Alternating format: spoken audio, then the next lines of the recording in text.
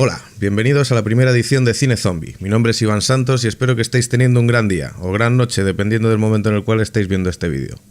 La primera película de la que vengo a hablaros es el clásico de 1968, The Night of the Living Dead, o como se tradujo al castellano, La Noche de los Muertos Vivientes.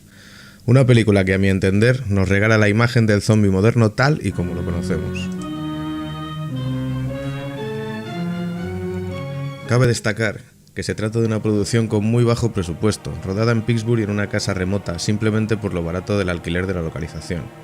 La decisión de rodar en blanco y negro también tiene que ver con los costes, ya que rodando en blanco y negro, tanto los decorados como el vestuario no tenían que ser tratados de una forma especialmente cuidada.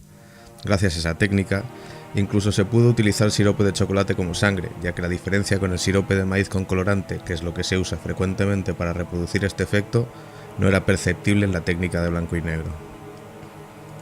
Un dato curioso y que remarca la inexperiencia del equipo de La Noche de los Muertos Vivientes es que después de un tiempo en el circuito de salas pequeñas de cine y despegando como película, descubrieron que no recibían ningún beneficio por ella.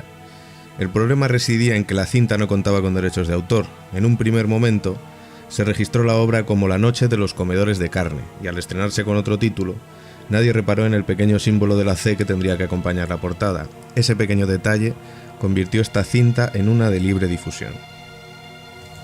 Hablemos ahora del protagonista.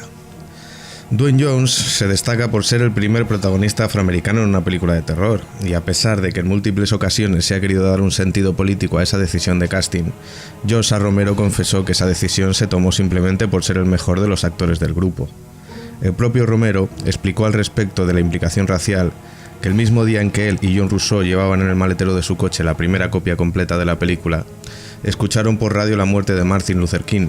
Romero contó que en ese momento fue la primera vez que pensó en el componente racial de la película y que aquel acontecimiento podría beneficiarla.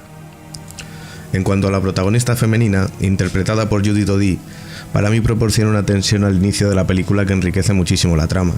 En una historia contemporánea, la protagonista habría perdido a su hermano y en la siguiente escena se encontraría matando zombies como algo normal. En cambio, ese punto de vista comprendido con los ojos de los espectadores de finales de los 60 me parece un acierto sin ninguna duda. El resto de los actores, y de nuevo debido al bajo presupuesto, tuvieron que repetir papel como zombies. Gracias al maquillaje eso es algo que pasa totalmente inadvertido. Pero la famosa escena en la que los muertos van en dirección a la casa donde se atrincheran los protagonistas, la mujer que coge un 100 pies de un árbol y se lo lleva a la boca es Marilyn Eastman. Es la misma actriz que interpreta a la mujer en el sótano que cuida de su hija herida. Algo que me resulta reseñable es que a pesar de que Romero marca unas pautas muy definidas en cuanto al comportamiento del zombie, les proporciona una especie de conciencia que varía en pequeños detalles a lo largo de sus películas. El primero de los zombies que aparece en pantalla en la famosa escena del cementerio parece tener mucha más inteligencia. En este caso específico, el zombie forcejea para abrir la puerta del coche. Al no conseguirlo, se dirige a la otra, y al no conseguirlo tampoco, usa una piedra como herramienta para romper el cristal del copiloto. Esa clase de protointeligencia se observa en más ocasiones durante la película, y lo veremos a lo largo de toda la obra de Romero. Aunque desde mi punto de vista, y a pesar de muchas de las sinopsis que he encontrado a lo largo de los años, Romero en ningún momento intenta explicar el origen del levantamiento zombie. Es cierto que las noticias que reciben en la película especulan con varios motivos, pero en ningún caso trata de explicarlos completamente.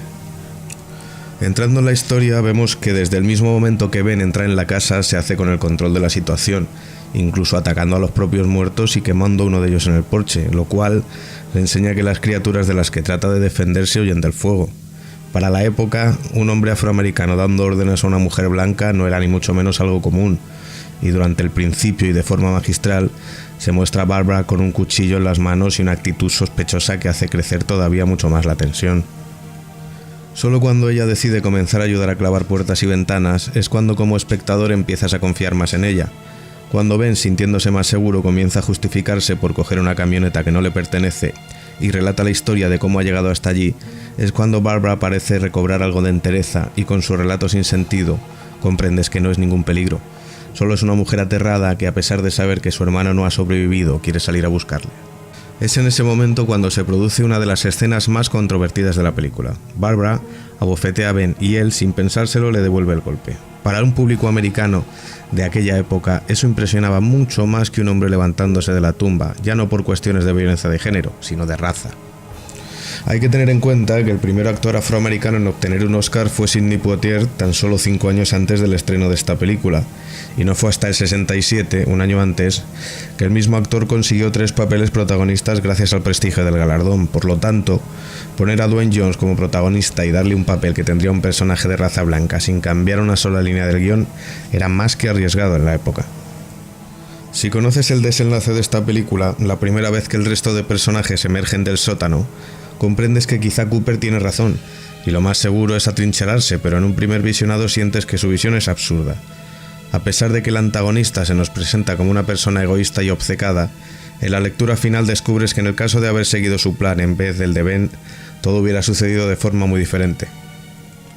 Es por eso, por lo que en mi opinión la película tiene 2 visiones totalmente diferentes si es tu primer visionado o si ya la conoces.